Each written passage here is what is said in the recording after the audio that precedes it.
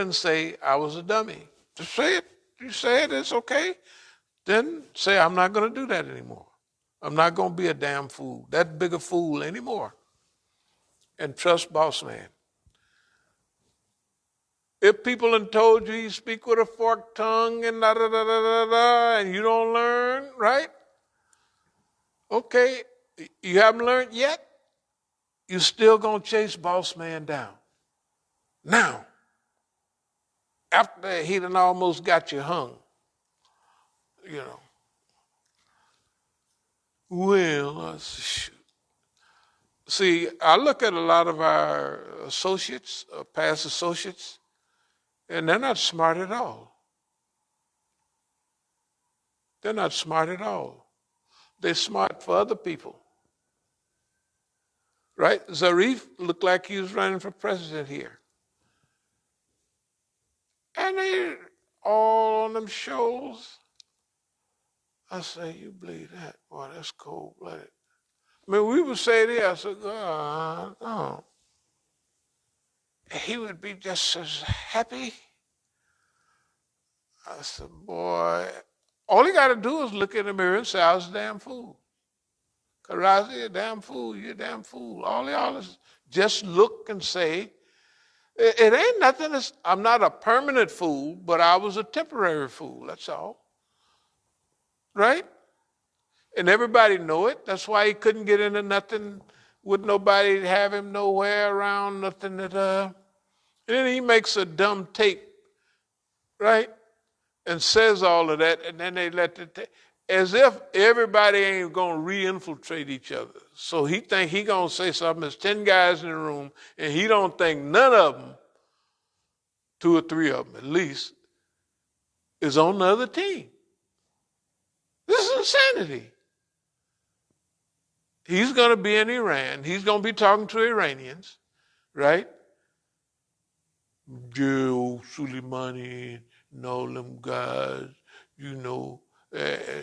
So they think he a big hero. He's a big good guy. He's the bomb man. Do. And the people said, yes, he's the bomb. And then they go right back at what they report. You know, you got to at least say 7 out of 10. I mean, not 7 out of 10. 3 out of 10. 1 is enough. But they're gonna do that. They've been there had a constant thing for 4,000 years in Iran. Right? Just like the Chinese have had 5,000 years of civilization, right? And 4,000 of big time stuff. It had 50 million wars. Some of the biggest strategies come out of Iran. Same strategies we use. We just call them Negro names, but they're all natural. And when you read the old Chinese stuff, you say, "I mean, dog, they do the same. They's niggas." Before we was, or around the time we was niggas, but we was in nigga land. They niggas in China land, right? Right? I mean, strategy, thinking about what they're doing. And so here we are now. This is modern time. This is the big one because it doesn't involve physical war, some minor physical fights around the country, but the info technology, we have to convince probably China we need a global communication network right away. China can do it. And on each one of those global communication network, right? If India do it, you can push on button Indian programs all over the world right now, 500 shows or something. Good God Almighty. Okay. Some is straight out propaganda. Some is VOA type stuff. They used to have Voice of America. You know what I mean? Just informational that leans our way. Informational that leans our way. And some of the channels are straight facts, just facts.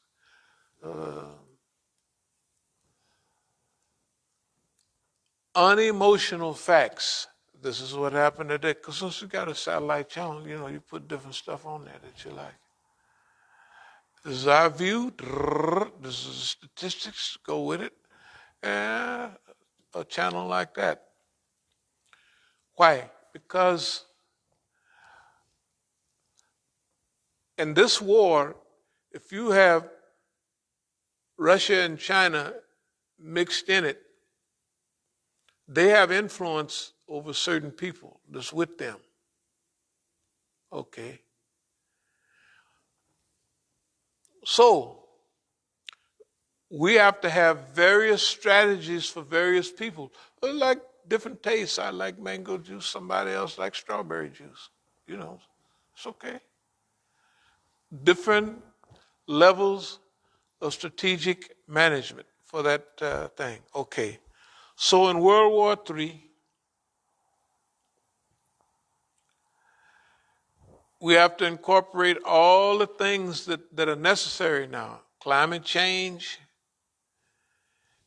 and who's doing it and what we can do about it and what we're doing about it. Social transformation,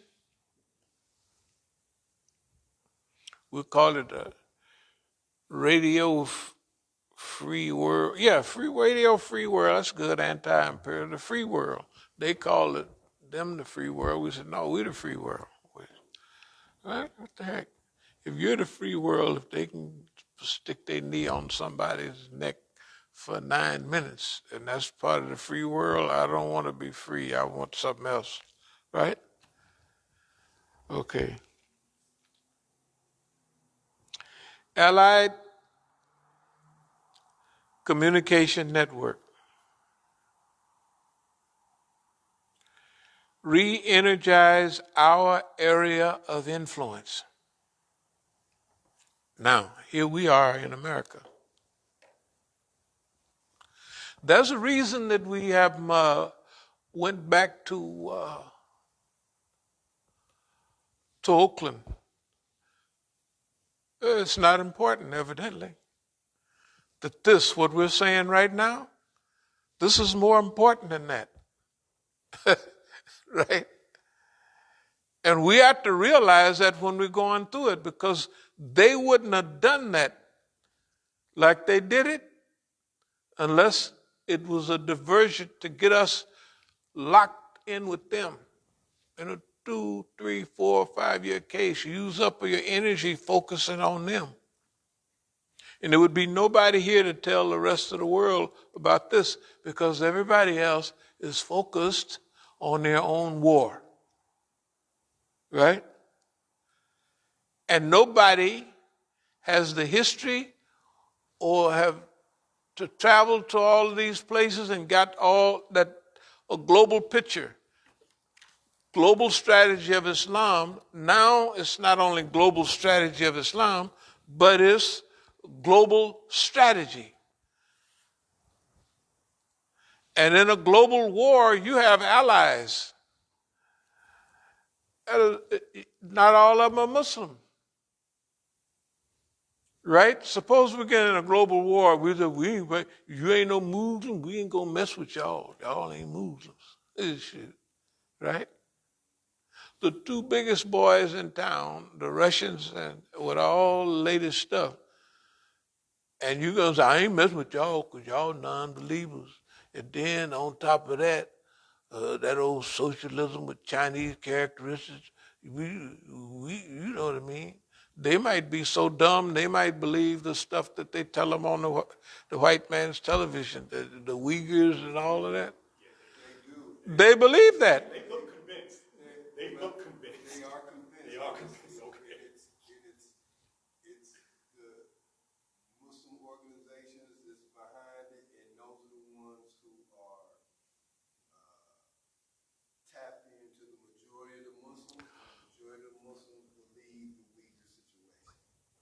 Okay, well, what country in the Arab world is on their side, is on the white man's side?